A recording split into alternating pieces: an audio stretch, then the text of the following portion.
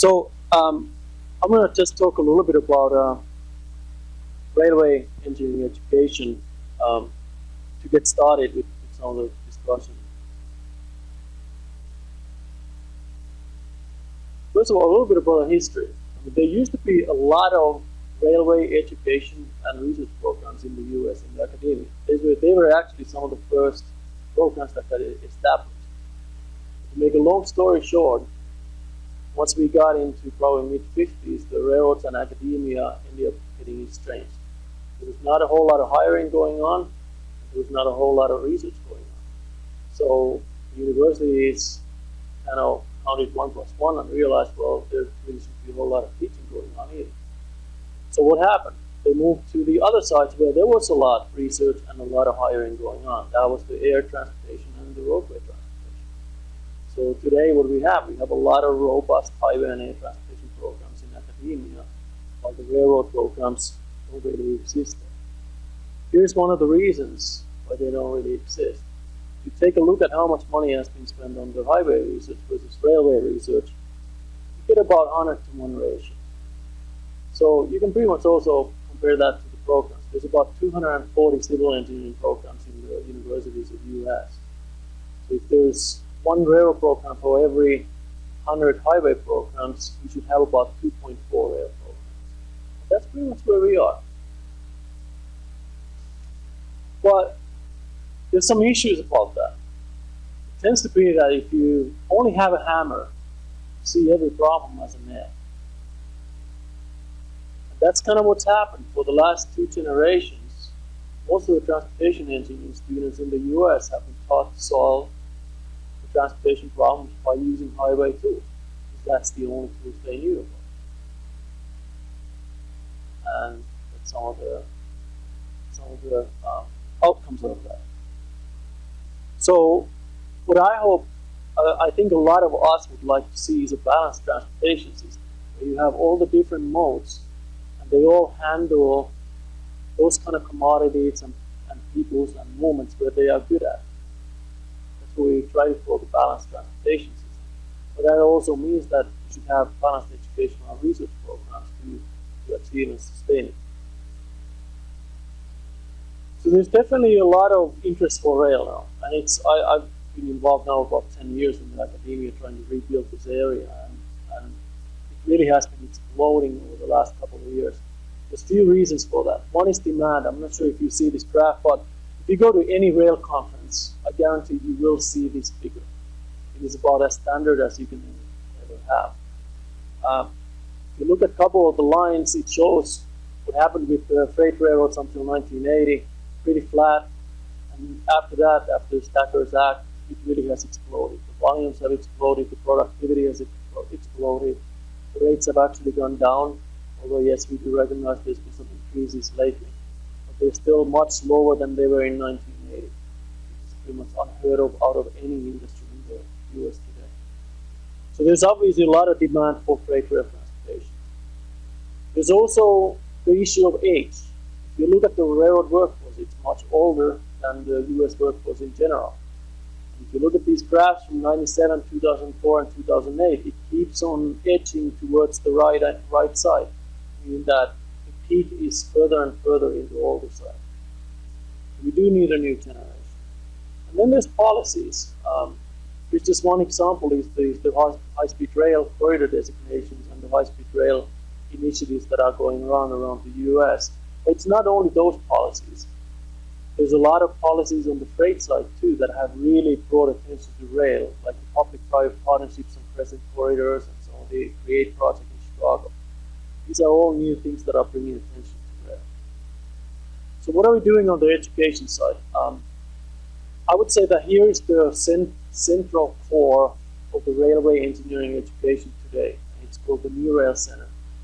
It's a National University Rail Transportation Center that is funded under the U.S. Department of Transportation.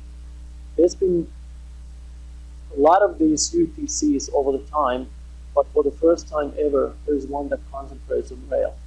You can see the 7 partners in this consortium on that map. It's led by University of Illinois Urbana-Champaign. They have a very robust program now in railway engineering. And The rest of us are kind of trying to build our own versions of that. And our mission is really to improve and expand rail education, research, workforce development, and technology transfer in the US. But not only there's the 7 of us, but we got a lot of inquiries from other universities who wanted to get involved in this. So we actually have 14 other universities that are affiliates to our US. So Michigan Tech, we were just like other universities 10 years ago. We didn't have any rail. I got there in 2003 and we started building some. Started with a little international summer in Finland program, and based on the interest from students and from the industry, we started building little by little, in little pieces, our overall program. And in the beginning of 2008, we rolled all the activities we had done into a 1-4 rail transportation program. We're pretty unique to academia, because we were from day one supported very heavily by the industry. Literally, we had commitments for some of the financial support for our program. We are also unique in the structure. Most academic programs are pretty much about education, maybe some project research. But for us, the third really integral part is all the events and extracurricular activities, just like this one here today. And it is really because the visibility of rail industry in academia or in general public isn't really there. Here's some of the partners and stakeholders who are involved in Michigan Tech. Obviously, we have our great partners with Classroom Railroads who finance very generously our program, but a lot of other stakeholders involved as well. This is not a comprehensive list here, but mainly those who were last year on campus. One other thing about creating visibility on campus is having your own space. And with donations from CN, we were able to secure our own little CN Rail Transportation Education Center, which has been a center point for students to meet and for our books to a little library to be built and so on. Just a really integral part of it. So what do students do at Michigan Tech? We try to catch them when they are freshmen. They can get involved with our railroad club that does a lot of field visits and so on. Once they get to their sophomore and junior and senior year, they can roll into the actual projects and classes. We don't have a degree in railroad engineering, and I don't really envision that we will, at least not at the undergraduate level, but we do provide a good exposure for students who want to be involved. As I said, extracurricular activities are a big thing for us. So we were the first ARIMA student chapter in 2007. Today there's 17 of those. Really multidisciplinary. We also try to get more and more internships. So if any of the companies wants to have interns next summer, we typically go to about a dozen students to rail industry for internships. And we also do some K through 12 education. We just finished 5th year of our summer youth program in rail and international transportation. Projects and research. I mean, rail industry is really interested in getting people, getting new talent to their human resource, to their human capital. But for academia, we also need to do research and projects. That's just the name of the game. We can't exist without those. So here's a little portfolio of all our projects, not all our projects, but some of our projects we are doing. And we really do quite a variety of things, and I have faculty in 6 different departments working on rail-related things. Are they experts in rail? No, but they are applying their expertise to improve some of the rail technology. We also do a lot of student projects, and I think this is one of the best ways of educating students. So these are normally industry funded. If you look at the majors, it's anything from civil engineering to electrical, mechanical, construction management, even humanities and business.